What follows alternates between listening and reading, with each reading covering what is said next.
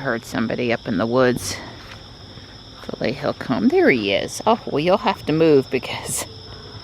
Were you guys in the hutch? Come on, Tux. Tux. Uh-oh. Tux.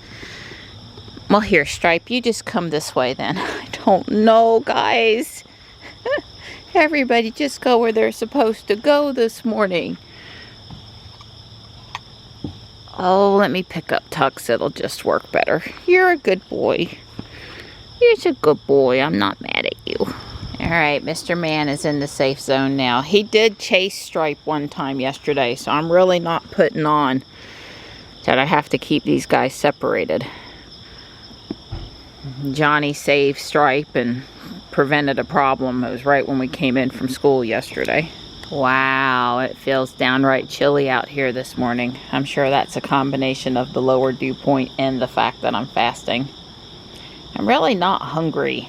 It's not torture fasting. I just miss my coffee and my steak. Alright, just making sure Tux is alright. He's down below. It feels really nice out here. It does. It's going to be a good morning for our walk. We won't be complaining about stickiness or heat, or I might even run a little bit today. Good morning, Ruby.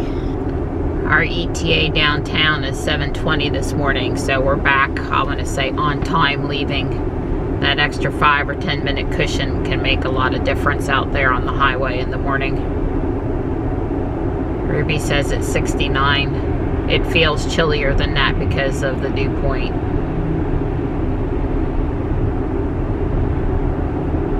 Of course, she might still be adjusting the temperature too, because now she says it's 68. Get up at speed for a minute and then we'll know for sure what the temperature is.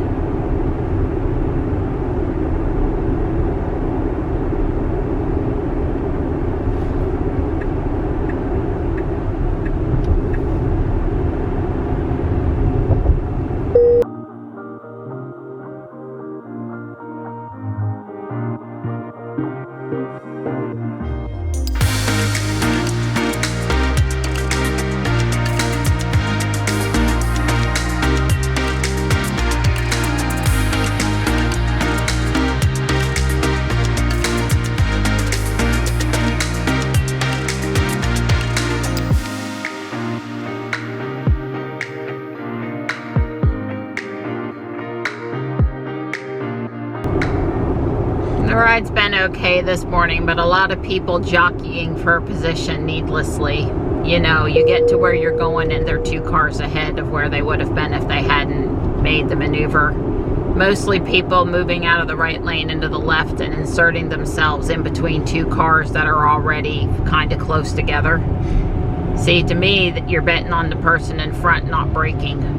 Because if they brake in the middle of you, inserting yourself in between them, then at 45 or 55 mile an hour, then, you know, that's potentially a rear end situation. So anyway, it's not a bet I'm willing to make, and certainly not first thing in the morning. Still trying to wake up. And it's still 68 out there.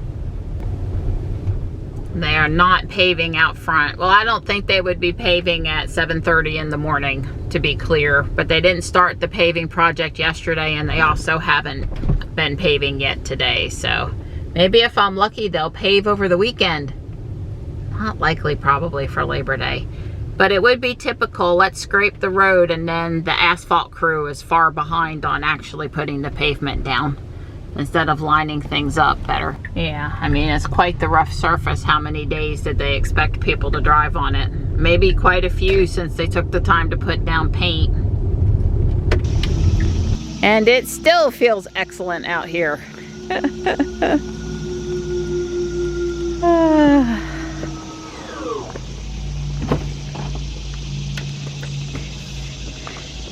So Don has on his new Pokemon Go Evolve watch.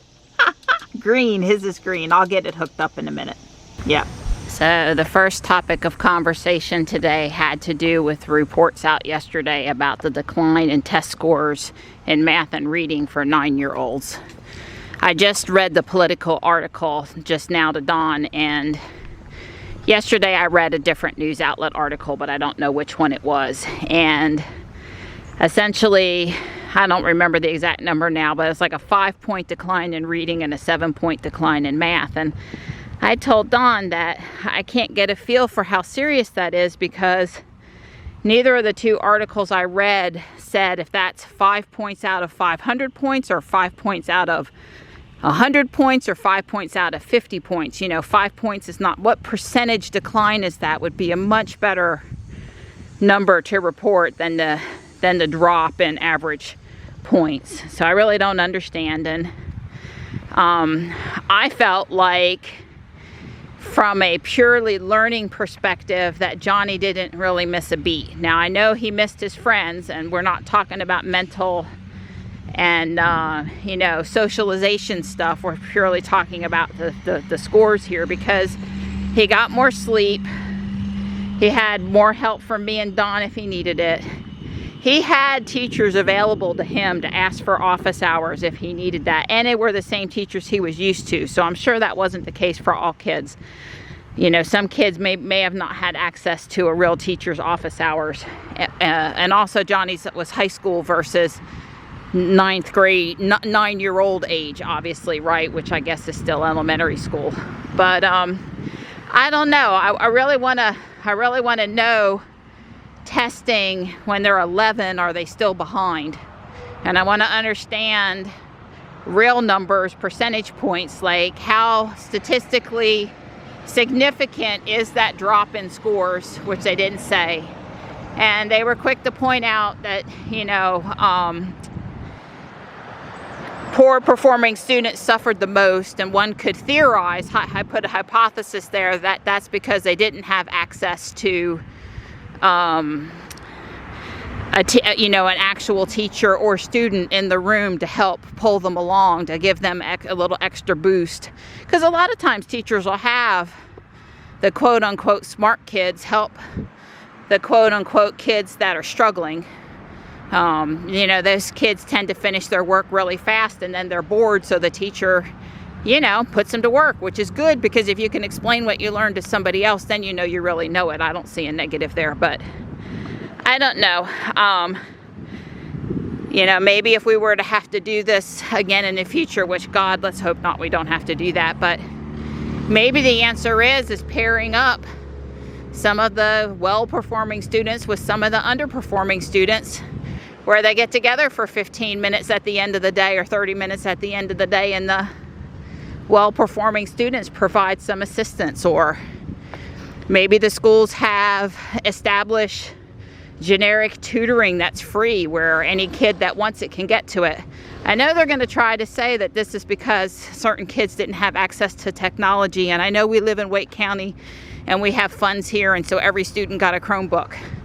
I'm sure there were school districts in the country where every student didn't get a Chromebook, but part of the problem is if you notice, they don't give kids any real paper books anymore. It's all online stuff. So if the schools aren't willing to revert to a real book, I can see where not having access to a device and your online materials would be a problem. But I know in Wake County they fixed it.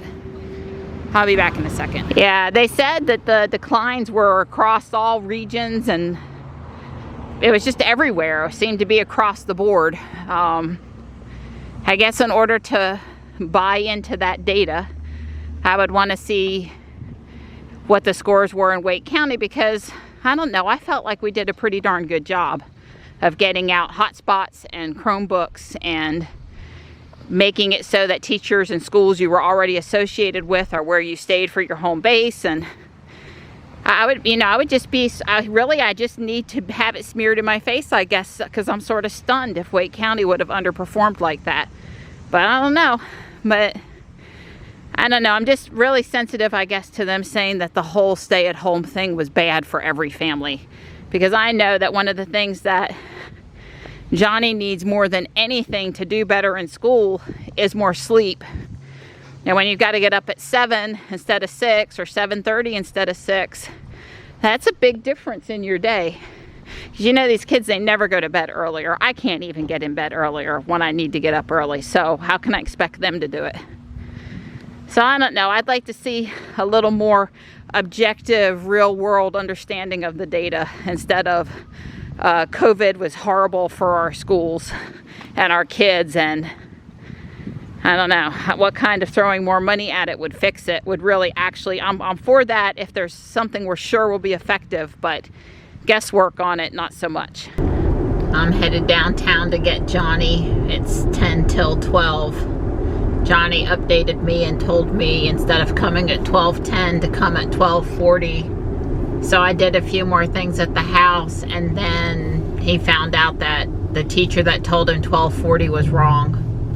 So I'm gonna get there about 12:30. That's at the outer edge of what the normal carpool window would be, but it'll be fine. I'm sure he's not happy about it though. He just, poor kid, he just wanted to spend some more time with his friends, and they told him he had more time, so he told me, and anyway, it'll be okay. I won't dawdle. Not that I normally do, but I in particular won't today. And yeah. I was finishing up yesterday's video, and I hard-boiled some eggs in the Dash egg cooker to make deviled eggs for tonight's dinner. And it's just, you know, it's just doing mom stuff at the house. It's 88 out there. Just a gorgeous afternoon. Should be a great holiday weekend here for our Labor Day holiday. That's right, we won't be driving downtown on Monday. Yay! Sleep. And I am on target to get there. Well, Ruby says 12:26, but I always round to the other side when talking to Johnny.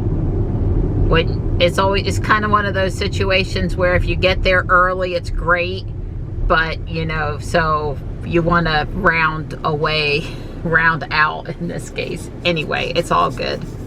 It's Friday. It's a long weekend. Johnny has Taekwondo tonight though, but the school is closed Saturday, Sunday, and Monday, which are not Johnny's normal days. I don't know if traffic's flowing normally up here yet or not. I think it is. I see the sign that says there's a bump, but I don't see paving equipment. So, you know, really, seriously, I'm not running off the road for you people. I wish they would not allow street parking there on what was my left. It makes it just too narrow through there. Well, there's either some sort of construction up here or there's an accident.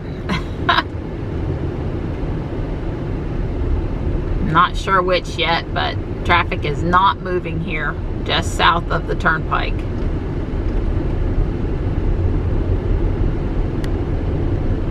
People are getting to the left, but I still don't understand why.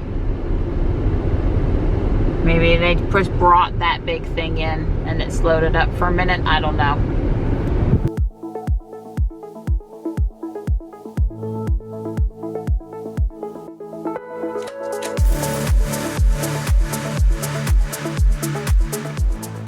I'm gonna sort for a while, no surprise, but it's really helping me have the parts handy to do things like the bat and the vampire that I built from scratch. So I would love to get all of this and what's in the bowl over there done this afternoon. We'll see.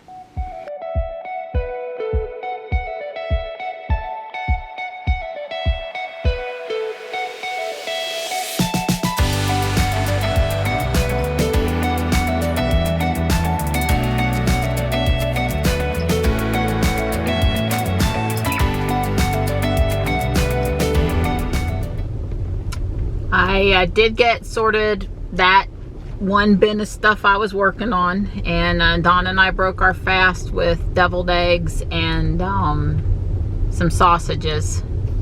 We're gonna have pork chops later on. I just dropped Johnny off at Taekwondo, but I'm headed straight home because, well, number one, he's up here for 2 hours tonight, so I wouldn't hang out away from home that long.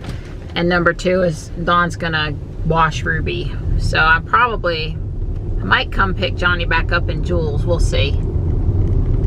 I was noticing the driveway's got a lot of leaves and debris on it, so probably when I go home, first thing I'm gonna do is blow the parking pad before Dawn gets it wet, and then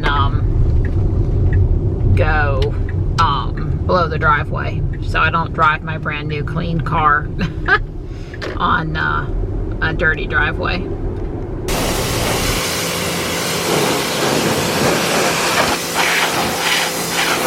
I got the driveway done. Dawn's out here starting on Ruby. She's looking good, Donnie, looking good. Yeah, she's almost done.